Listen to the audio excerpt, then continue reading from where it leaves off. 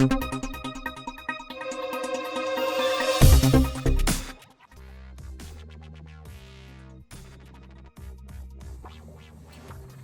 this scenario, what we want to show you is an unconfirmed fire alarm from a single flat where someone has burnt the toast and not reset the fire alarm system. Obviously, within this flat we have a local silence button which allows us to silence the local sounder. We're not going to silence the local sounder, and for this scenario we're going to allow the system to perform its full unconfirmed alarm, where it will run for up to 5 minutes. At the end of the 5-minute period, the system will do an automatic reset without anyone resetting the fire alarm control panel. I will use a test magnet because it's quicker to use a test magnet. So I'll operate the smoke detector. This puts the detector into fire condition, sets the local sounder off with the flashing beacon on. If we move across to the display, we will see that it's brought the first fire alarm in, and it's also brought the zone light in. What it hasn't done, it hasn't enabled the fire light here, which means that the fire hasn't latched. After a period of 5 minutes, if this fire isn't confirmed, the system will do an automatic reset and then silence itself down.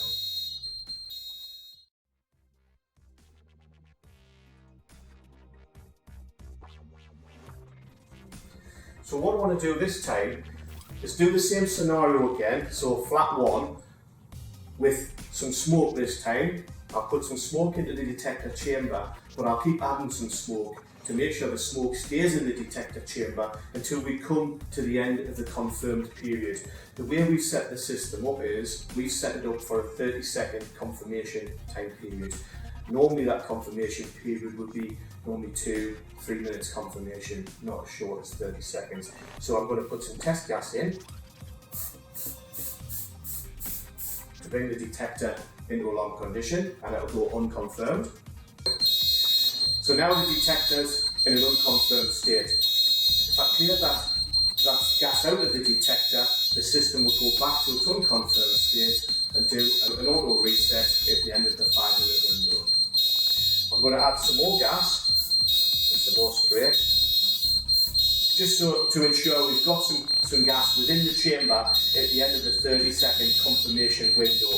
This will give us a confirmed alarm signal, so there's been a build-up of smoke within the flat. We've now got a confirmed fire signal. You'll notice the sound on the flat has now changed. It's now got a different tone to its unconfirmed tone, and the rest of the building has been evacuated.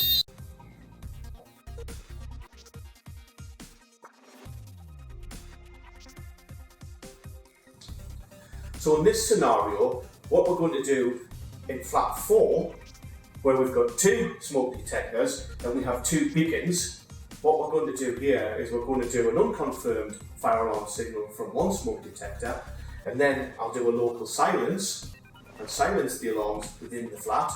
I'll then do a confirmed fire, which will override and do an evacuation of the whole building. So I'm using the magnet. So I've now brought the first detector into fire condition. As we can see, it's displayed as zone 4 on the panel. It's brought zone 4 LED on, and we've also got the fault light on. I'll just mute the fault. As you'll notice, within the flat, we have the 2 beacons which are flashing. These could be sounder beacons as well, so they would be operating within that flat.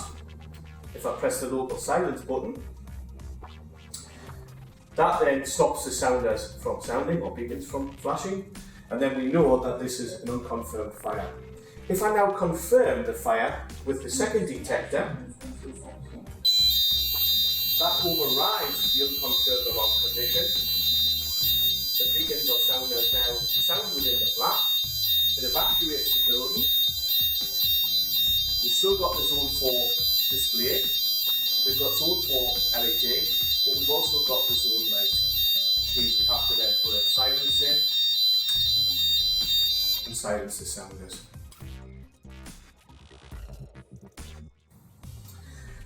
So what I'm going to do now, again, in flat 4, again the local silence button If we know we're going to burn some toast and we don't want to set the sounders off and we don't want to send an alarm condition to the fire control panel, we have the ability to disable the detectors within that zone for a period of time, set at 5 minutes on this control panel. So whilst I haven't got an alarm condition in place, if I press the silence button, the LED is enabled on the button, and if I move across to the fire control panel, you'll see that it brings me through the detectors that have been disabled. Those devices are obviously entered into the fire control panel log. If I come back to the panel now and use my magnet, these detectors won't go into alarm condition.